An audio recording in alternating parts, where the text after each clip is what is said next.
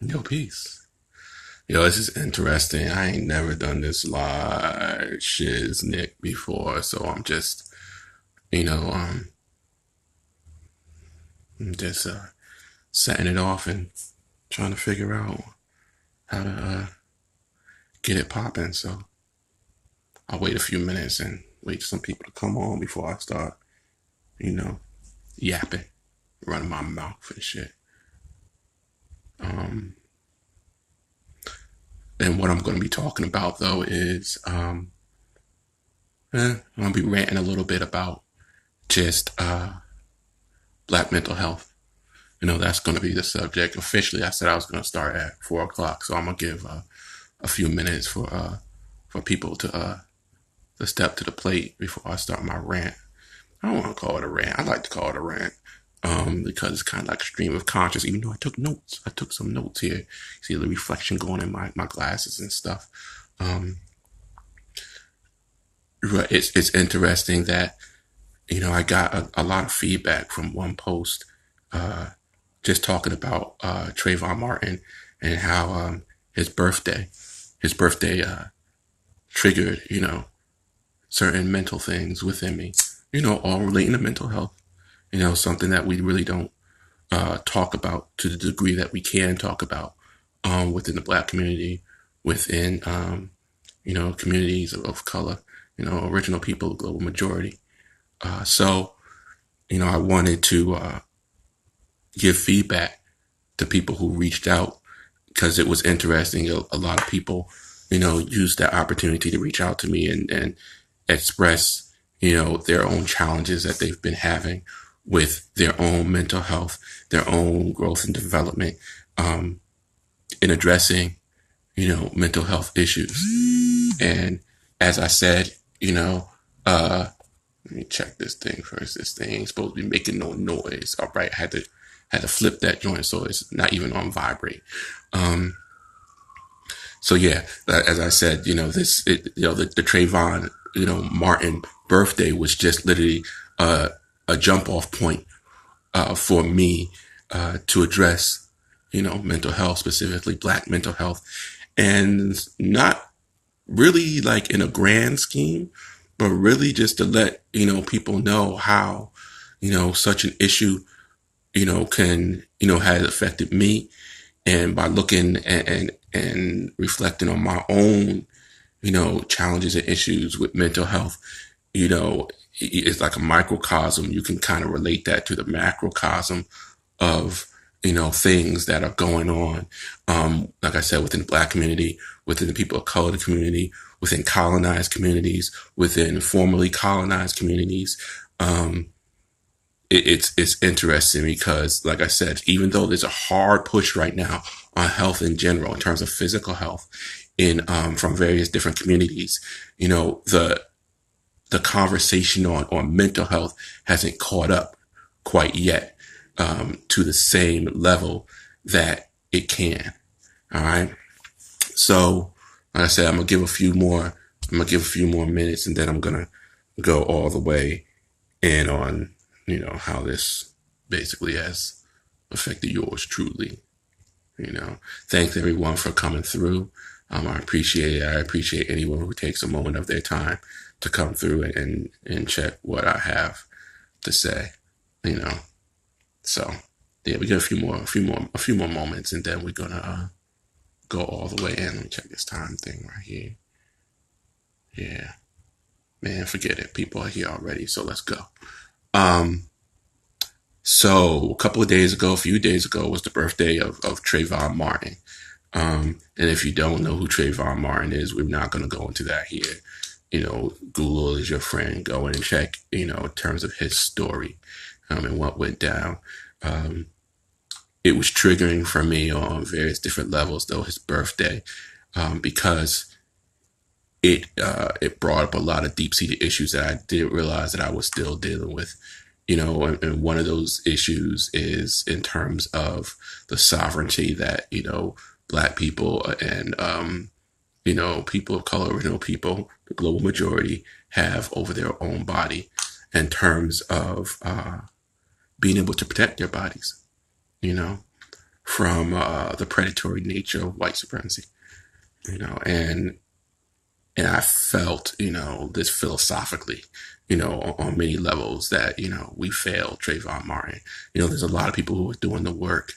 There's a lot of people who are doing the work, but on many levels, I was relating it back all the way to, where we are at now with, police violence. It's not the main topic anymore. It's kind of pushed to the side. It only kind of comes up when we have instances of it happen again and again. And there are people, once again, that are doing the work. But overall, it's not addressed systematically the way that, that we can address it. But as a father of a black man, he's a black man now, a black boy, who was, a few years younger than Trayvon Martin when it happened. That shit was, startling to me. And like I said, it triggered certain things within me. It triggered anxiety to another level in me. The following days after it triggered depression, in the following days, that happened afterward. And, I had to figure out ways to deal with that, realizing that there were a lot of unresolved issues, that I had with, the whole thing and just how I move through the environment right now, mental health is along a spectrum. It's not like you have, TV kind of pushes, you got multiple personalities and all that, those extreme, versions. It comes along a spectrum. So you can be afflicted with various degrees of mental health issues and not even realize it. It's the same way, like your physical health. You could have deep seated, physical issues going on inside you that you won't be aware of unless you take the time to, go to a doctor and deal with a doctor or deal with someone who's, knowledgeable of these things, so, mental health is important for you to become informed about mental health because some of the dysfunctions that you may be facing in your life may not be things that, the current crowd of life coaches and all those people can deal with because they're dealing with just that you're having a lack of motivation and organization. When in reality, you're dealing with some level of mental health dysfunction. I feel, like sometimes, like I feel like Kanye needs to be on the side of me yelling out, "You don't got all the answers, Sway. You ain't got all the answers." I ain't got all the answers. I'm willing to start the discussions around these things. Mental health, by the way, is something that we addressed and started building on in the second volume. Boom. Thick book, by the way, of the HoodHealth Handbook. It's the second volume. It's the first volume right here. Boom, boom. Slide in my DMs if you want to know more how to get those. But we realized that, mental health was something that we needed to address. And like I said, it's a longer spectrum. So it's like I said, it's not something that you can be addressed just by positively thinking. It's kind of like that car, what do you call it? That car analogy. All right. If there's dysfunctions going on in your car, like your electrical system ain't right, you ain't got the right grade of oil, certain pistons and stuff ain't right, it doesn't matter that you want to drive your car at 80 miles an hour and you're the person who's in, shotgun telling you, yo, drive faster. It doesn't make you able to drive faster. And it's the same way with mental health. If you have issues, bipolarism, depression, anxiety, these are issues within your whole physicality that you just can't think happy thoughts and it's all done. Sometimes you have to really dig down and you have to redo the wiring. Sometimes you really have to address diet, environment, sometimes it's not a fast change, it's not a fast cure, And truth be told, and this is what a lot of people don't want to do, is sometimes that junk is chemical imbalances within your physicality. No matter how happy and nice thoughts you want to think, if you have, balances within your hormonal level, those are things that have to be addressed on that level, you know. And what's happening is a lot of us are self-medicating, and I'm not just talking about like, weed, prescription pills, alcohol, if your ass is getting up every morning and you need to get that coffee with like 5 shots of espresso, because you can't sleep at night and you don't sleep at night, you don't get rest, you're self-medicating, you know?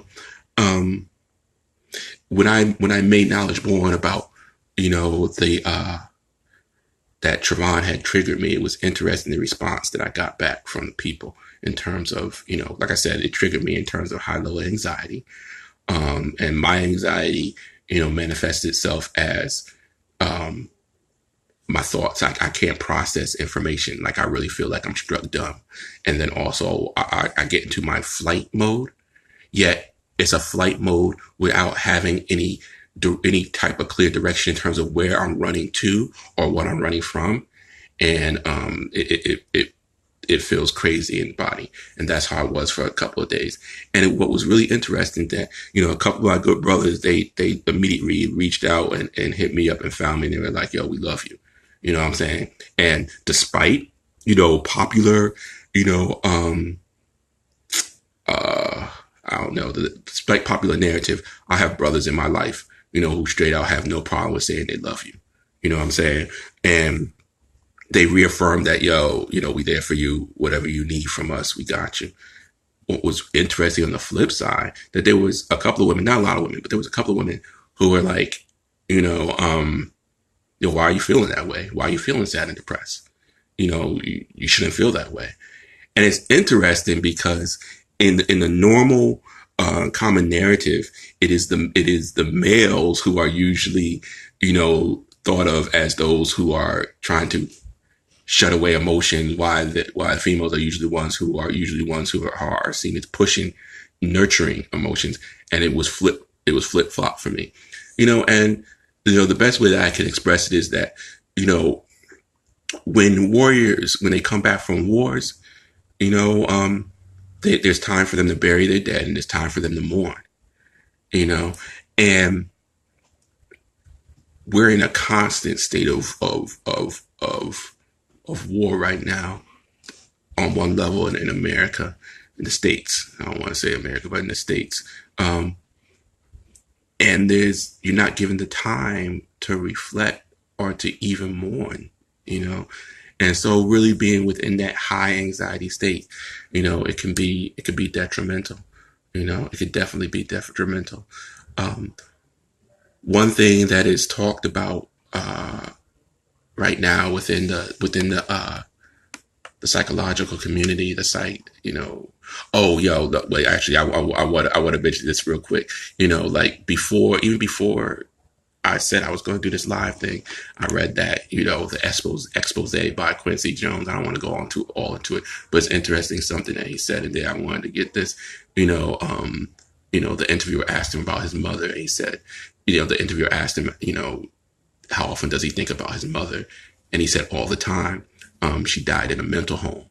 She was a brilliant lady, but she never got the help that she needed. Her dementia, praecox, could have been cured with vitamin B. You understand that? Her dementia, praecox, could have been cured with vitamin B, but she couldn't get it because she was Black. And this is what we're dealing with within the Black community.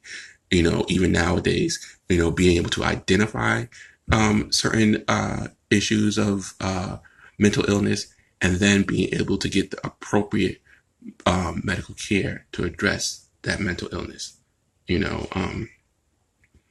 so anyway, bringing it back to the triggering, there's something that, is referred to as historical trauma, historical trauma response.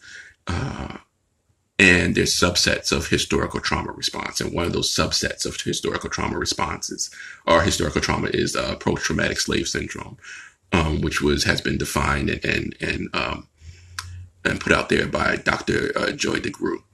All right. And she has a book about it. You can check it out. And there's other books about historical trauma and historical trauma response, which is very, very, very necessary for us to dig into as, the global majority who has been afflicted or affected by white supremacy, because what we're dealing with is historical trauma, and historical trauma basically manifests itself in a variety of many different psychological ways, and is most commonly seen or identified by high rates of substance abuse, alcoholism, depression, anxiety, suicide, domestic violence, and different types of abuse within these afflicted communities.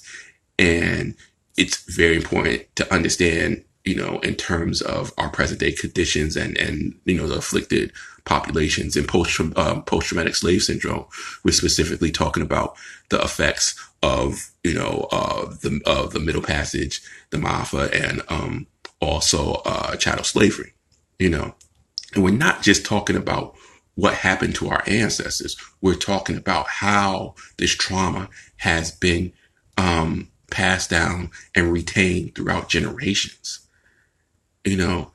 So let's push that aside. Let's just push that aside for a second. Individuals in a normal kind of percentage would be dealing with mental health issues. In a normal percentage, there would be a certain percentage who was dealing with them.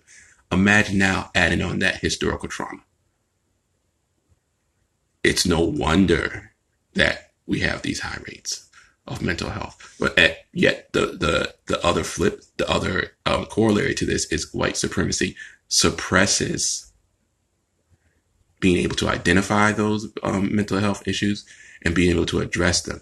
And the way that they do that is by changing narrative, which is basically anything that the global majority is doing in terms of Black and brown people, in terms of that's dysfunctional mentally, is rooted in their character. Their character. And that's why we have to control the narrative. This is what happens in terms of what we're dealing with right now with the opiate crisis, quote unquote. White people right now, open up shooting centers and all this kind of stuff, being very compassionate to their own about being addicted to opiates. They're addressing that as a medical crisis. Whereas, first of all, we've gone through crises in Black and brown community with heroin, with crack, and it's addressed as a flaw in character. And that's just because white supremacy is rooted in only seeing white people as human and seeing everyone else as not human or less than human. So, in the root of identifying and addressing, mental health issues within the Black and brown community with the global majority, we have to always at its root deal with historical trauma, and this allows us also a lens into our communities that we're able to start to address and identify mental health issues. Is hip hop. Once again, that was the particular lens that we chose in writing the HoodHealth handbooks to start to identify health issues and health solutions within the Black and brown community. And from hip hop, we've been dealing and addressing this and shouting it out since the beginning. Grandmaster Flash and the Furious Five, don't push me because I'm close to the edge. I'm trying not to lose my head. Ha, ha, ha, ha. It's like a jungle sometimes. It makes me wonder how I keep from going under. How is that not addressing mental health issues? It's like, listen, I might break because all this mental stress is just overwhelming me, So it's important to realize that hip hop is a tool for us to be able to identify and address and find solutions for mental health issues. Kanye, his song Click, Black. It's crazy because, like I said, the narrative is that, original men and men of color, aren't expressive about their pain, when in reality, many times they are. It's just that you haven't figured out the language that they're speaking. You know, he said, Kanye literally said in the clip, he went through deep depression when mama passed. Suicide, what kind of talk is that? Like, he's telling you, my anxiety that I've dealt with had its onset, or when I was able to identify it. It was when my mother passed due to bone cancer in 2001. I remember going to work one time, right after my mother passed, and I literally walked to the door, and I went up to my boss. I said, I got to leave. I couldn't, I couldn't phrase to her. I couldn't figure out the word. I'm a damn writer. I couldn't verbalize to her why I had to leave. I just said, I have to leave. And it was that fight or flight. It was the flight. Like, I needed to leave. I didn't know. I just felt confined. And I started literally got in the car, started driving. Didn't know where I was driving to. I was fleeing that kind of anxiety. Kid Cudi, he talked about depression. He went in for depression. DMX is a textbook case, of someone who's dealing with various, issues and depression. He has a song, Slipping, fall, slipping, I can't get up, Biggie, suicidal thoughts, and the classic, of course, the Ghetto Boys, my mind's playing tricks on me. These are all addressing, mental health, is all addressing issues of mental health that are manifesting itself within, our communities. And like I said, there's a lot of things that may trigger these things. Like I said, for me, this past week, it was the murder, the birthday of Trayvon Martin, which caused me to reflect on his murder, and it triggered, and I didn't know how to shut it down. I tell people I write about solutions to health, to health issues.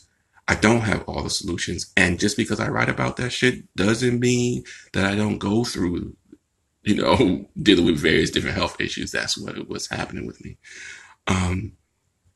So solutions, I don't want to keep ranting forever, but what are some of the solutions? Some of the solutions, pardon myself. Let me get this wine. Oops. Well, yeah, classic white tears mug. Spicy.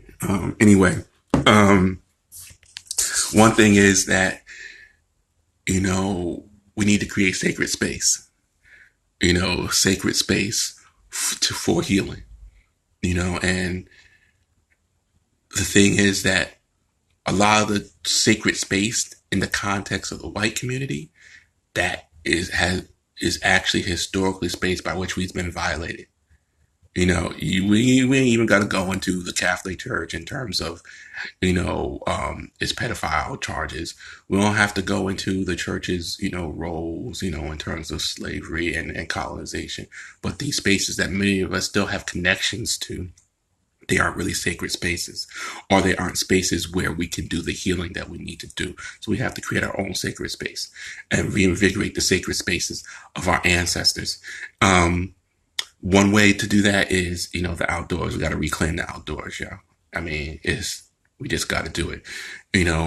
I've been able to do so through my affiliation with groups such as Outdoor Afro, Soulfire Farm, learn about herbs, learn about foraging, form a new relationship with the outdoors. Sanctify the land that you're at.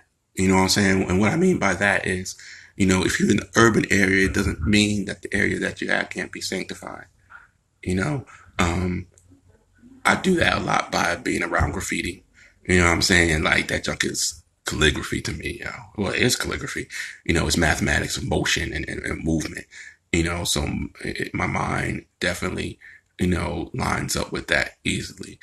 We need to learn to self-medicate beyond, just the ganja and the alcohol, because sometimes when we're self-medicating past the point that we should be, medicating with those particular devices. I'm not saying that they can't be healing on some level. And what I mean is that you need to learn about different herbs. You need to learn about different teas. You need to get your gut right in terms of what you eat and what you put in your body. All this, has an effect upon your mental and in terms of the internal chemistry of your body. We need to figure out and find and learn about the traditional techniques of our ancestors, and innovate and create new techniques to deal with this trauma that we're dealing with in the society that we're living in right now. You know, um, you need to get around people that you could talk real shit with.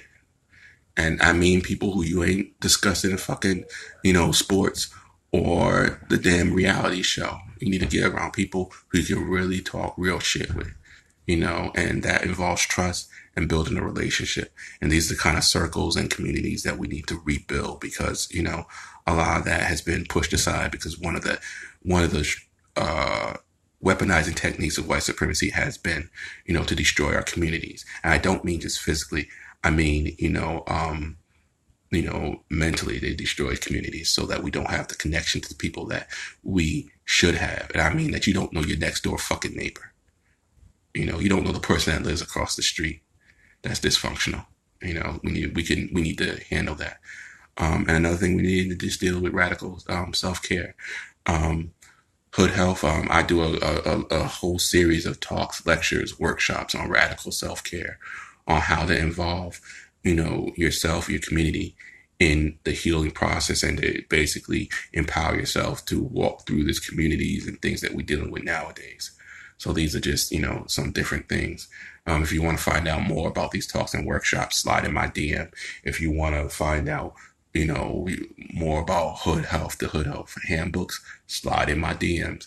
If you want to just build, slide in my DMs. Thank you for your time. Thank you for coming through. Thank you for checking out your boy.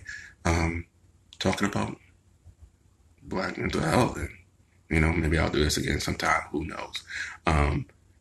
But just keep your eye on the Hood Health IG. We doing a lot of things. A lot of things are happening. And we want you to be a part of it. All right. Peace.